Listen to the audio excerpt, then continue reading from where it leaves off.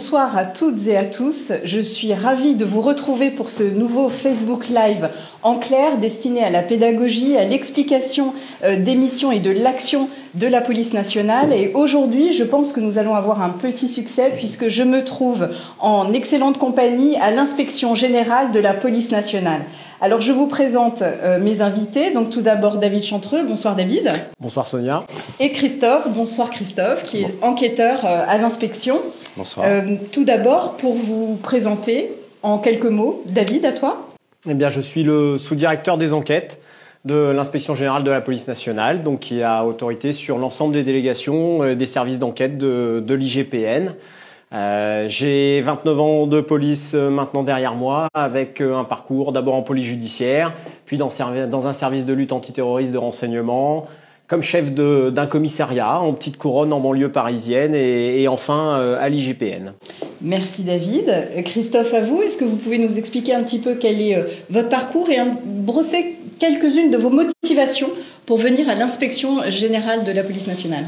Très bien, moi je suis enquêteur donc à l'inspection générale de la police nationale. Je suis à la sous-direction des enquêtes et basé à Paris.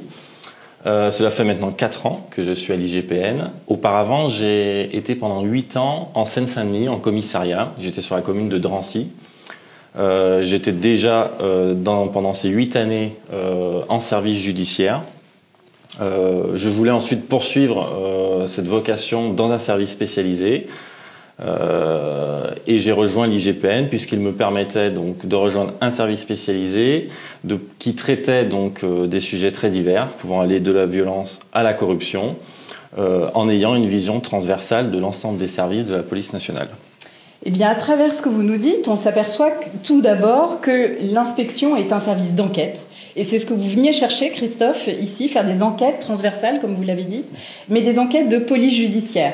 Alors, on a communément l'habitude d'appeler l'inspection police des polices ou les bœufs carottes.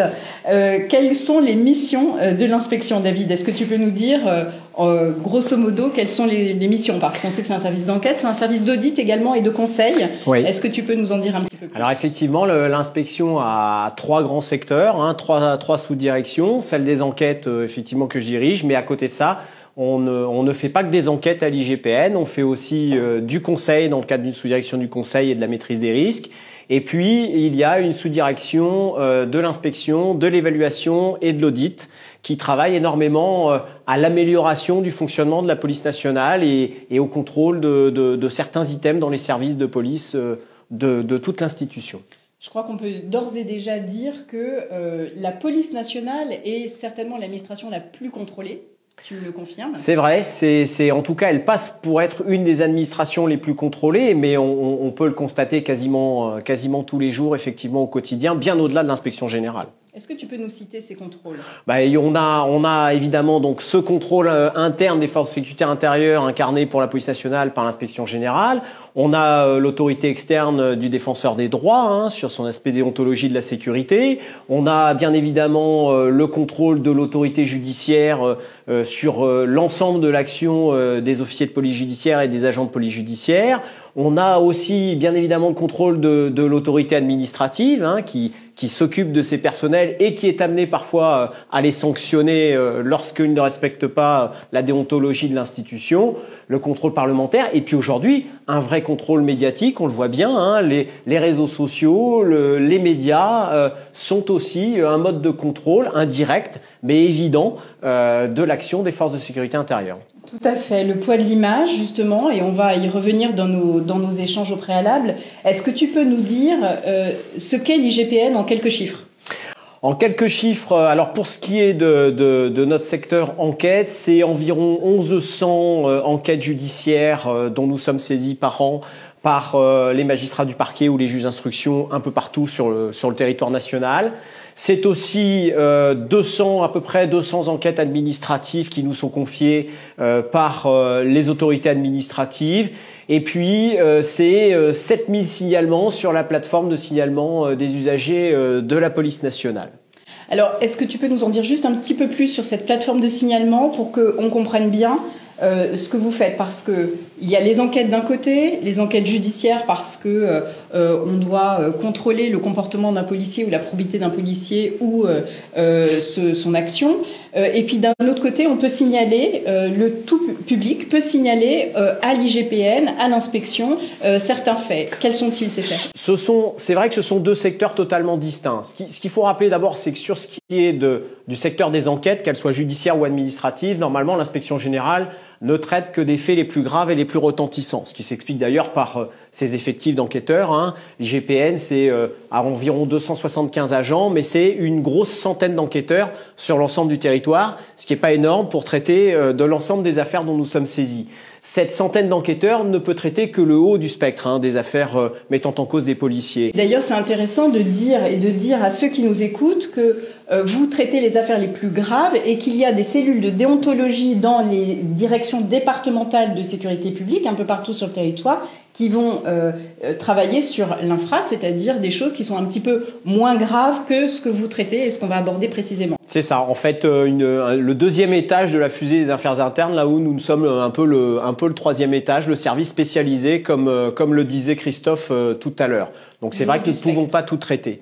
En revanche, les signalements n'ont pas de lien direct avec les enquêtes. C'est un service administratif qui est une sorte de service qualité à l'usager. L'usager saisit la plateforme, soit pour dire qu'il n'est pas content du service qui lui a été rendu, du service public qui lui a été rendu, un mauvais accueil dans un commissariat, le fait qu'on n'ait pas bien parlé à la personne sur la voie publique, et donc il peut signaler ces comportements dont il estime qu'ils ne sont pas conformes à ce que devrait faire ou ce que devrait être un policier à la plateforme de signalement. La plateforme de signalement, elle renvoie ensuite l'ensemble de ces signalements, soit sur les autorités hiérarchiques afin qu'elles contrôlent l'action de leur personnel, soit effectivement pour les faits les plus graves sur des délégations d'enquête de l'IGPN qui là vont être amenées éventuellement à traiter une enquête si le parquet en décide. C'est intéressant de mettre en perspective ces 7000 signalements qui vous sont revenus, qui ne sont pas tous très graves ou qui, en tout cas, vous signalent soit un dysfonctionnement ou juste vous informent aussi de quelque chose qui se passe, relativement aux 2,5 millions d'interventions qu'a la police nationale et qu'opère la police nationale tous les ans. C'est vrai, 7000 signalements ramenés à 2 millions d'interventions, c'est pas beaucoup.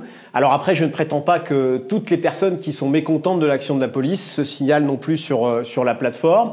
Mais il est vrai que ces signalements se distinguent en deux parties. Les personnes qui effectivement se plaignent directement de l'action de la police, et puis celles qui, en fait, sont des témoins indirects de quelque chose, y compris des internautes qui, surfant sur le net, voient une vidéo sur une action de police et décident de la transmettre sur la plateforme à toutes fins utiles, j'ai envie de dire, ou pour information si nous ne l'avions pas déjà. Alors, avant de revenir à vous, Christophe, plus précisément sur votre technique d'enquête, je voudrais juste savoir combien de policiers sont concernés par vos enquêtes, en moyenne. Le nombre de policiers concernés par les enquêtes, c'est toujours un petit peu compliqué à définir parce qu'en réalité, on enquête sur des faits. Et ensuite, les faits peuvent amener à concerner ou impliquer un certain nombre de policiers. Parfois, il y a beaucoup de policiers sur une seule enquête, parfois un seul policier concerné par une enquête. C'est difficile d'avoir un nombre. Ce qui est certain en revanche, c'est que nous mettons dans le cadre des enquêtes administratives environ 300 policiers face à des manquements déontologiques chaque année. Donc ça, c'est en moyenne 300 policiers. Nous proposons des poursuites disciplinaires pour 270 d'entre eux à peu près l'année dernière. Et sur ces 270, les 2/3, nous proposons un renvoi en conseil de discipline, c'est-à-dire ce qui montre d'ailleurs que, non pas que nous sommes particulièrement sévères, mais que nous traitons des faits les plus importants, ce qui explique que nous proposions ces renvois en conseil de discipline, non pas des sanctions directes. Alors 300 policiers par an, je rappelle à ceux qui nous écoutent que nous avons 149 000 policiers qui œuvrent en France, mais que vous traitiez parmi ces 300 policiers, ce sont les cas les plus graves. Encore une fois, les cas qui apparaissent en département et qui ne sont pas les plus graves ne sont pas traités par vous, mais sont traités par ces cellules de déontologie dans les directions départementales. Alors, avec une institution qui malgré tout, prononce plus de 2000 sanctions tous les ans, hein. Donc on voit bien que l'IGPN, qui doit être à l'origine d'environ 250 d'entre elles, n'est pas le premier vecteur, effectivement, qui amène à ce que des policiers soient sanctionnés. Mais ça nous donne aussi l'occasion de dire que, contrairement à une idée reçue, l'IGPN est une autorité d'enquête, uniquement d'enquête. Elle enquête à titre judiciaire, pour le compte de l'autorité judiciaire, hein, que ce soit des procureurs de la République ou des juges d'instruction.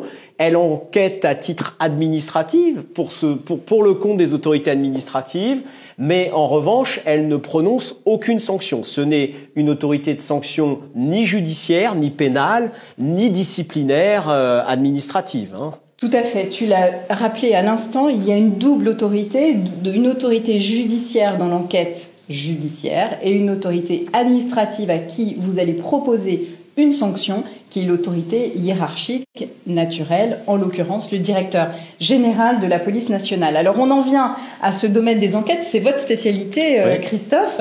Merci de nous partager ça parce qu'on a l'impression de vivre effectivement un moment unique dans cette direction, parce que on a peu l'habitude d'avoir des contacts de ce type et ce temps justement d'explication avec vous, et on en est vraiment très très content. Et d'ailleurs, ça me permet de vous dire de ne pas hésiter à poser toutes les questions que vous souhaitez, et nous prendrons évidemment vos questions à la fin de cette présentation, comme on a l'habitude de faire dans ce Facebook Live. Donc, Christophe, votre expertise particulière au niveau des enquêtes donc de l'inspection, c'est quoi? Alors, moi, de par mes fonctions, je suis saisi le plus souvent de dossiers liés à la probité des fonctionnaires, sur des faits de corruption. Mais la matière fait en sorte que j'ai également aussi des dossiers avec d'autres infractions, et notamment des dossiers de violence. Quel que soit le dossier, nous, on doit matérialiser les faits pour les rapporter au droit. Je pense qu'il est attendu de l'IGPN et d'un enquêteur de l'IGPN le souci du détail. Il faut que l'enquête soit irréprochable, et il faut que nous poussions nos investigations dans les détails sur chaque élément qui vont matérialiser les faits, contextualiser les faits pour pouvoir mettre en lumière, et loin de là de laisser des zones d'ombre, on veut tout mettre en lumière, on est totalement transparent, mettre en lumière ce qu'il s'est passé, si on prend les exemples des vidéos qui sont publiées, surtout ce qui s'est passé avant, ce qui a pu se passer après, ce qui s'est aussi passé pendant, parce qu'il y a peut-être d'autres choses qui se sont passées.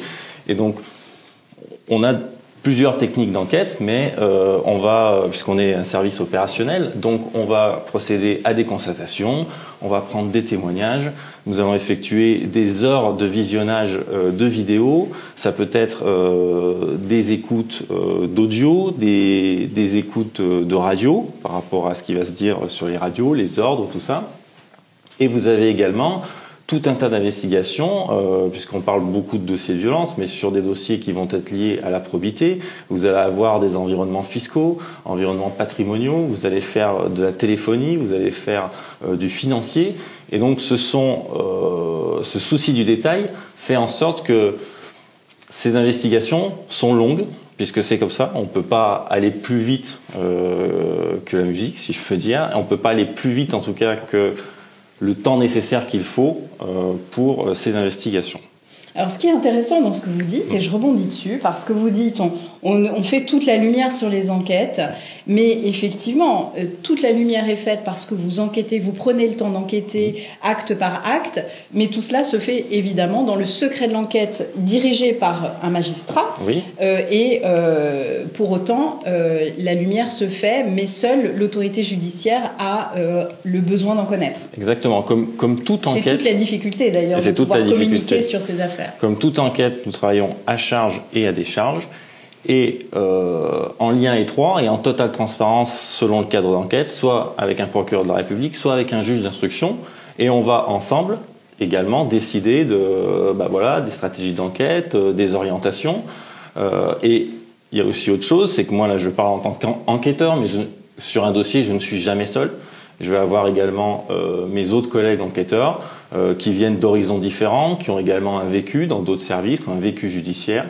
Et donc, on va ensemble également partager nos idées, partager les points de vue pour voilà, pour également ne pas être seul et ne pas être dans un effet tunnel.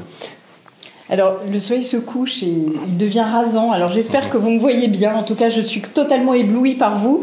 Je vais continuer dans ces conditions.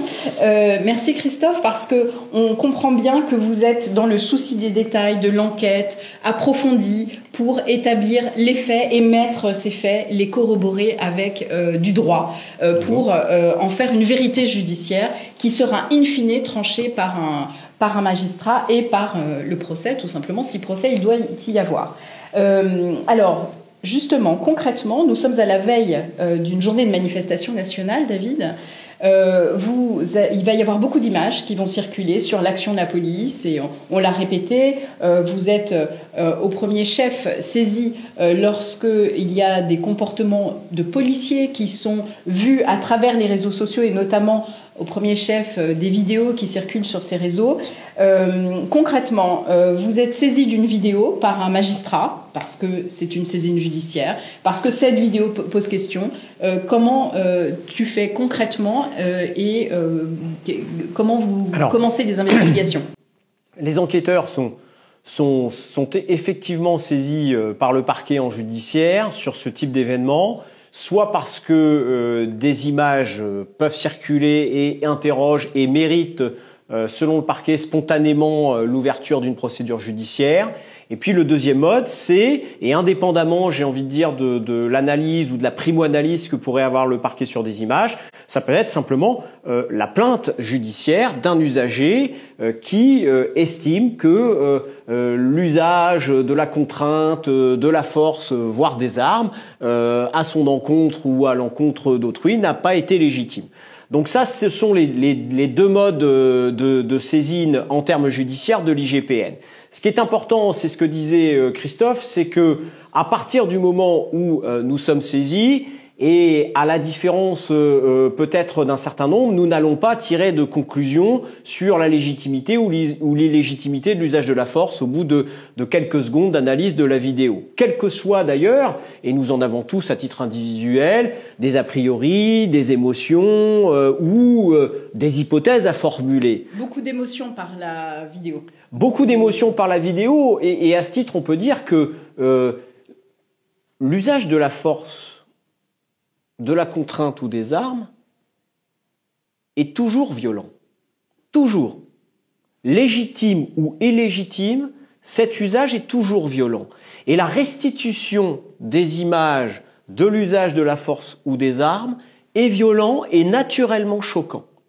Le travail de l'enquêteur et du magistrat, parce qu'en réalité il est le même et il fonctionne avec la même méthodologie et les mêmes objectifs, c'est effectivement de prendre en compte aussi un peu cette émotion, mais de savoir s'en départir pour devenir technique, pour être l'expert qui convient, comme le dit Christophe, d'abord pour établir la matérialité des faits. C'est ce que font les enquêteurs qui travaillent sur ces questions chaque jour, avec effectivement des constatations sur les vidéos, des constatations sur place, des récupérations de rapports de contexte, des analyses aussi de situations, celle du trafic radio des services de police, pour essayer de rétablir une chronologie à la fois des faits, mais aussi de la situation, et bien sûr derrière aussi l'identification des personnels.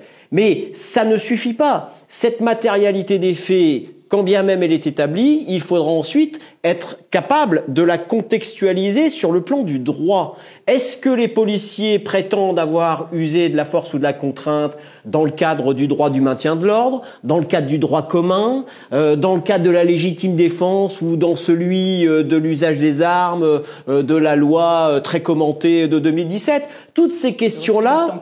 Pour ceux qui ne, aussi, nous écoutent. Voilà, toutes ces questions en fait sont justement le lien et caractérisent le travail de nos enquêteurs et aussi, je le redis, des magistrats qui travaillent sur ces questions, qui est de faire converger les faits et le droit, et c'est uniquement au prix de ce travail de convergence et d'analyse qu'ensuite il appartient à tous de se prononcer sur la légitimité ou l'illégitimité. Alors c'est très important de le dire, effectivement, de le souligner. Vous l'avez dit, Christophe, David, tu le rappelles également.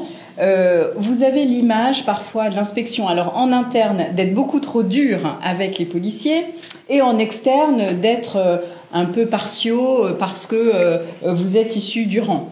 Alors, comment vous vivez cette image? Alors d'abord, vous, Christophe, comment, parce que vous êtes conscient de certaines critiques qui peuvent arriver. Alors, elles ne sont pas unanimes, loin de là, hein, mais elles arrivent régulièrement et de manière récurrente et peut-être aussi pour déstabiliser un petit peu le fond de votre mission. Mais comment vous vivez cela? Alors, moi, cette image qu'on entend aussi dans la presse ou qu'on peut entendre sur les réseaux sociaux, alors on peut la comprendre pour quelqu'un qui est extérieur. Nous, en interne, ce qu'on pense, c'est que c'est injuste de dire ça. Alors c'est injuste parce que nous, lorsqu'on travaille dans un dossier, comme je vous l'ai dit tout à l'heure, on est en transparence avec un magistrat qui peut être un juge d'instruction ou un procureur de la République. Et donc, quand on travaille à charge et à décharge, c'est aussi sous son contrôle. Donc on ne pourrait pas orienter cette enquête pour arranger un policier. Ce n'est pas du tout le cas. Nous, quand on va établir la matérialité des faits, on va prendre tout ce qu'on peut prendre, que ce soit des vidéos, des témoignages, qu'ils soient de toutes sortes, et on va pas du tout s'orienter sur le côté pour arranger un policier comme on peut le lire.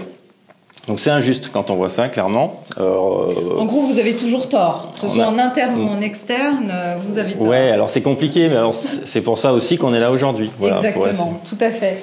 Alors David, est-ce que tu veux rebondir dessus et peut-être nous expliquer comment ça fonctionne aussi à l'étranger, faire un peu de benchmark. Alors d'abord, je crois que Christophe a raison. Les enquêteurs, je vais pas dire que les enquêteurs se moquent des critiques, qu'elles soient externes ou internes. Ça serait pas vrai. D'abord, ça serait une espèce de robotisation de ce que nous faisons et des femmes et des hommes qui sont derrière, et ça serait faux. Je pense que ça les affecte. Très sincèrement, ça les affecte. Ça les affecte et le mot est clair, c'est injuste. Hein, ils trouvent ça injuste. Et en même temps, Christophe dit, je le comprends de l'extérieur.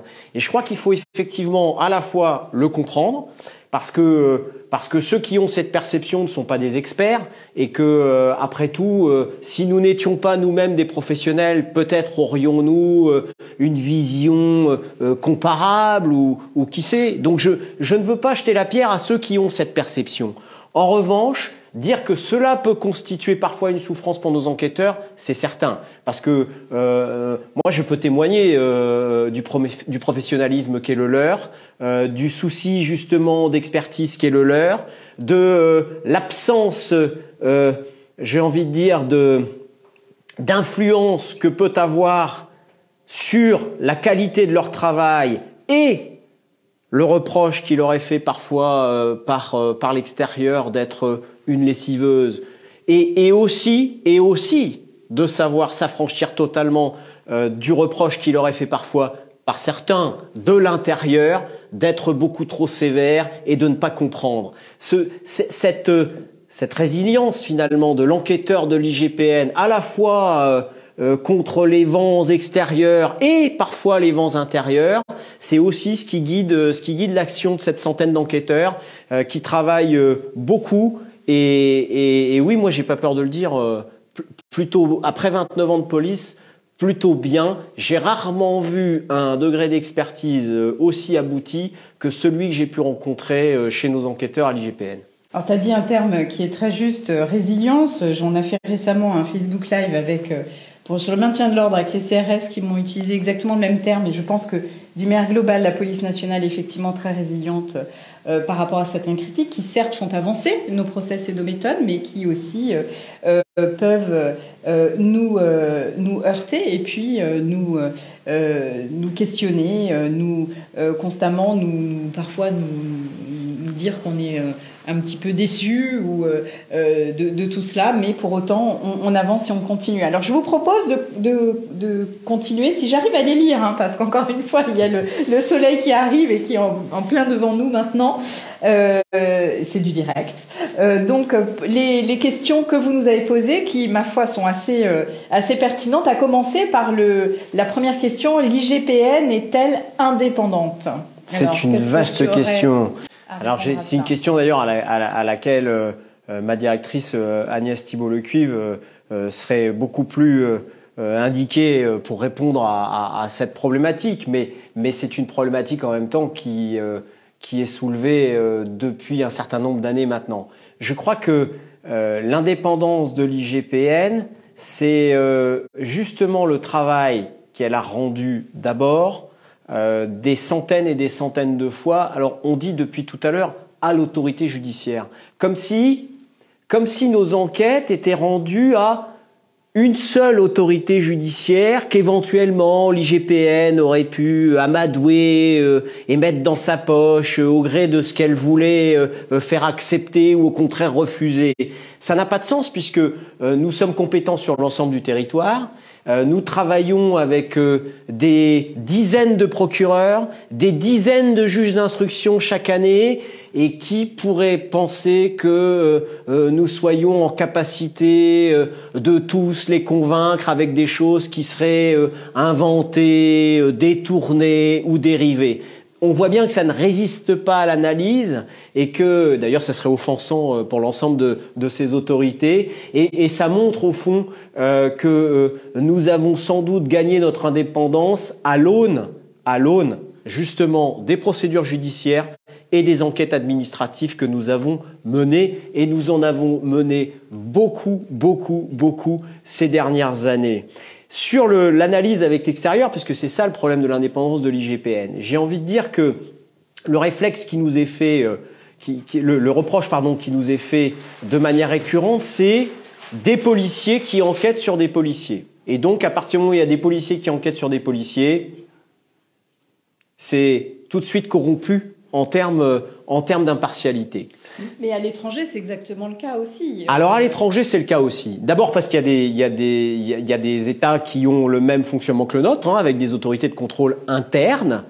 Nous sommes une inspection au même titre que n'importe quelle autre inspection d'ailleurs de l'administration, hein, quand même. C'est aussi ça le sujet d'une IGPN, asseoir le contrôle des pairs sur ses personnels, faire en sorte que l'institution fonctionne mieux, hein, et tout ça c'est aussi important. Mais quand on regarde l'étranger, il y a aussi ces États qui ont choisi des autorités de contrôle externes. Et en France, nous avons finalement un système un peu, j'allais dire, bicéphale ou dual, puisque nous avons à la fois une inspection générale de la police nationale, une inspection générale de la gendarmerie nationale et le défenseur des droits, notamment dans sa partie déontologie de la sécurité. Donc nous avons un système qu'on pourrait presque qualifier d'hybride. Mais quand on regarde les États qui ont des autorités de contrôle externe, souvent ces autorités cumulent à la fois le travail d'enquête et le travail de poursuite judiciaire ou disciplinaire, parfois que disciplinaire, parfois judiciaire et disciplinaire.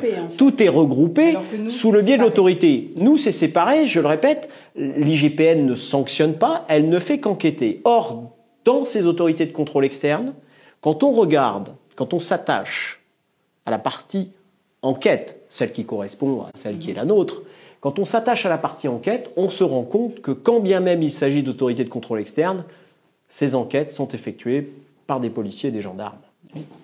Alors, effectivement, une autre question qui est intéressante, peut-être Christophe, vous allez pouvoir y répondre. Est-ce qu'une personne qui passe devant l'IGPN, donc on passe devant vous, donc bref, quand vous entendez une personne, est-ce qu'elle est suspendue sur le champ ou est-ce qu'il y a un délai? Alors peut-être qu'il faut préciser justement la suspension, ce que c'est, parce que c'est pas forcément très. Alors la très suspension connu. serait peut-être plus. Alors la suspension. Oui. Alors, la suspension n'est pas une sanction. Voilà. C'est important de le dire. Alors, je comprends là aussi que pour le profane, bien, il y a un petit mélange entre la sanction, la suspension. Voilà. Pourquoi n'est-il pas suspendu? Parce que de manière commune, on dit à un policier a fauté, il est suspendu. Oui. Et donc, on on fait le lien facilement entre eux, c'est sa sanction. Alors en fait, la suspension, je vais essayer de le dire avec des mots simples et même si c'est un concept très juridique, la suspension, c'est une décision qui est prise lorsqu'il y a, j'ai envie de dire pour l'administration, pour l'institution, une obligation de retirer l'agent de son service ou de ses fonctions pour un temps qui nous permettra d'être éclairés sur les faits, en fait, pour un temps qui nous permette d'enquêter pour savoir exactement ce qui s'est passé. Mais ce qui est important, c'est que si l'agent, si le policier est déjà écarté de ses fonctions, pour X ou Y raison, ça peut être un contrôle judiciaire prononcé dans le cadre d'une procédure judiciaire par un juge, ça peut être parce qu'il est en maladie, eh bien la mesure de suspension, dont je le rappelle, l'objectif est simplement de retirer la personne de son service, n'a pas nécessairement lieu d'être. C'est une mesure conservatoire, comme on dit, c'est le terme technique. Et temporaire. De ce rappel, et temporaire. Et pour répondre, quand vous l'entendez, vous faites fi en fait de savoir s'il est suspendu ou pas, parce que ça relève de l'autorité hiérarchique. Oui. Mais vous, qu'est-ce que vous faites avec le policier devant vous? Lors de l'audition, quoi qu'il arrive, nous, l'audition, c'est vrai, n'est pas liée à ceci. Donc après, nous, on en fait en tant qu'enquêteur abstraction de ça. Nous, on va faire notre travail d'audition. Alors, bien souvent, et ça, je peux comprendre que pour des personnes extérieures, je pense que des personnes extérieures s'attendent à ce que la personne soit auditionnée le plus rapidement possible par l'IGPN. Or, lorsque vous faites une enquête, avant d'auditionner quelqu'un, même s'il faut s'adapter sur les faits, évidemment, il est mieux d'avoir fait un travail d'enquête en amont avant de pouvoir auditionner la personne et lui confronter certains faits, certains témoignages, certains éléments. Donc il est vrai que nous, en tant qu'enquêteurs, cette partie-là n'est pas forcément notre domaine. Ouais. Nous, on va se charger de l'auditionner. En revanche, comme l'a dit M. Chantreux, on peut, à l'issue de notre audition, si c'est sous le régime de la garde à vue, le policier peut être déféré et avoir un contrôle judiciaire qui va l'interdire d'exercer. Donc ça ne sera pas une suspension telle que on peut le dire, c'est-à-dire administrative, mais il aura en tout cas l'impossibilité de travailler et il sera par conséquent dans l'incapacité de travailler. Il y a une sanction judiciaire. Pour lui. Je précise quand même que aujourd'hui le droit nous impose, mais pas qu'à nous, police, à toute l'administration, de songer à réemployer un agent qui a été écarté de ses fonctions, un policier qui aura été écarté de ses fonctions, à le réemployer sur des fonctions qui sont compatibles, par exemple avec le contrôle judiciaire dont parlait Christophe, plutôt que de le suspendre. Donc c'est aussi un équilibre parfois difficile à trouver. On ne va pas trop rentrer dans la technique parce que c'est encore, ça relève souvent beaucoup de cas d'espèce. Mais globalement, il faut bien que vous compreniez que la suspension, c'est une mesure administrative conservatoire et que après, il peut y avoir des sanctions judiciaires, mais qui interviennent un petit peu plus tard parce que le temps de l'enquête fait qu'elles peuvent intervenir plus tard. Et ça en vient justement à une question qui est assez intéressante. On va prendre les deux dernières questions parce que je vois qu'on me fait signe sur le temps. Comment, sur une vidéo, vous pouvez qualifier que telle action est un recours légitime à la force ou que telle autre action est illégitime? Alors là, on va en venir, je vais vous faire répéter un petit peu, excusez-moi Christophe, mais justement sur vos techniques d'enquête, comment vous savez que c'est légitime ou que c'est illégitime? Eh bien justement, le visionnage de la vidéo ne permettra pas de le dire. Voilà, exactement. C'est ce que vous avez dit tout à l'heure. Vous allez récupérer plein de preuves. Exactement. À ce titre, pour vous donner un exemple, une vidéo où on va constater des violences pourront dans certains faits être légitimes et dans d'autres faits illégitimes.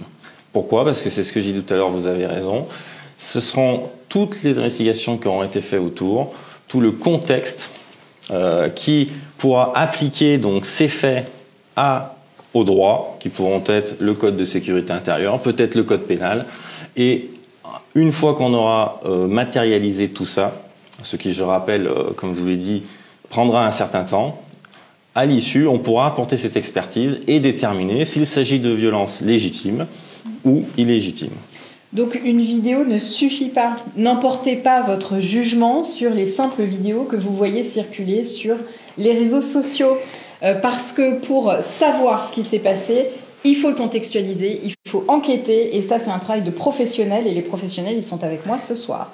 Alors dernière question, dernière question David, comment vous faites pour identifier un policier sur une vidéo? Alors je vous la pose à vous Christophe, et après je terminerai avec David. Alors il existe plusieurs choses pour l'identifier sur une vidéo, donc je pense notamment aux faits qui se passent pendant le maintien de l'ordre. Ce qui revient le plus souvent, ça reste la tenue. Voilà, il faut savoir que les équipages ont des tenues particulières, avec des codes couleurs, avec des numéros. Il y a des choses qui ont été mises en place, comme des étiquettes collées à l'arrière, assez voyantes, ce qui nous permet... J'insiste là-dessus parce qu'on voit beaucoup revenir un débat sur le numéro RIO. Le numéro RIO, certes, permet d'identifier un fonctionnaire. Excusez-moi, juste, je me permets une petite parenthèse. Oui. Pour ceux qui ne sont pas des professionnels, le numéro RIO est un numéro administratif qui est attribué individuellement à un policier et qui est sur la tenue en grande majorité du temps. Voilà. Et ce qu'on revoit souvent revenir, c'est, on peut entendre dire, les fonctionnaires n'avaient pas le numéro RIO, ils vont pas pouvoir être identifiés. En fait, c'est faux. D'ailleurs, sur des vidéos de maintien de l'ordre, je pense que bien malin est celui qui pourra identifier des numéros RIO de 7 lettres comme ça qui sont apposés sur un blason. Donc non, on utilise d'autres techniques et on a beaucoup progressé là-dessus, et notamment les tenues pour, ce sont des CRS ou une CI, enfin, parce qu'il peut y avoir de nombreux services sur un même dispositif. Et aujourd'hui, on est plutôt efficace là-dessus. Et d'ailleurs, aujourd'hui, le Conseil d'État a validé le fait que le numéro RIO, finalement, était une source d'identification parmi d'autres. Oui, mais c'est le cas. Alors, le numéro RIO doit être porté par les policiers dans l'exercice de fonctions. Hein, c'est quand même rappelé par le Code de déontologie. Et il n'est pas souhaitable qu'un certain nombre de policiers, dans certaines situations, n'aient pas leur RIO, ou que le RIO ne soit pas visible.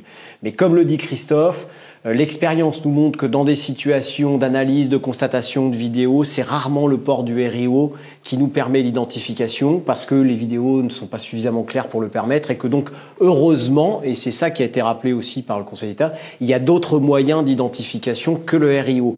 La question parfois de l'identification du policier en intervention continuera et continue de se poser. On n'a pas 100% d'identification, c'est vrai, mais 100% du port du RIO n'entraînerait pas non plus 100% d'identification du policier. Donc il ne faut pas nécessairement lier les deux. Ce qui est sur les vidéos en général, et je pense qu'on l'a pas dit, c'est que bien sûr que ça a considérablement amélioré l'efficacité du travail d'enquête.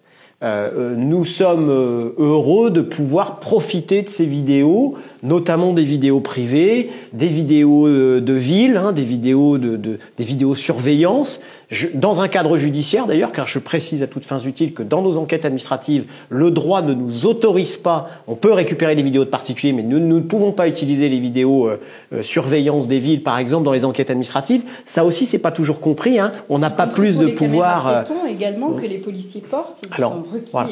Là, nous récupérons maintenant les enregistrements caméra piétons, effectivement, pour nos enquêtes judiciaire et administrative aussi, puisque là c'est autorisé par le droit pour ce qui est des caméras piétons. Donc l'influence de la vidéo aujourd'hui sur nos investigations, elle est incontestable, elle est bénéfique. Les vidéos sont une composante nécessaire et importante de nos enquêtes. Elles ne seront en revanche jamais suffisantes pour donner la solution ou la conclusion des investigations. Ça serait trop simple. Oui, ça serait trop simple, effectivement.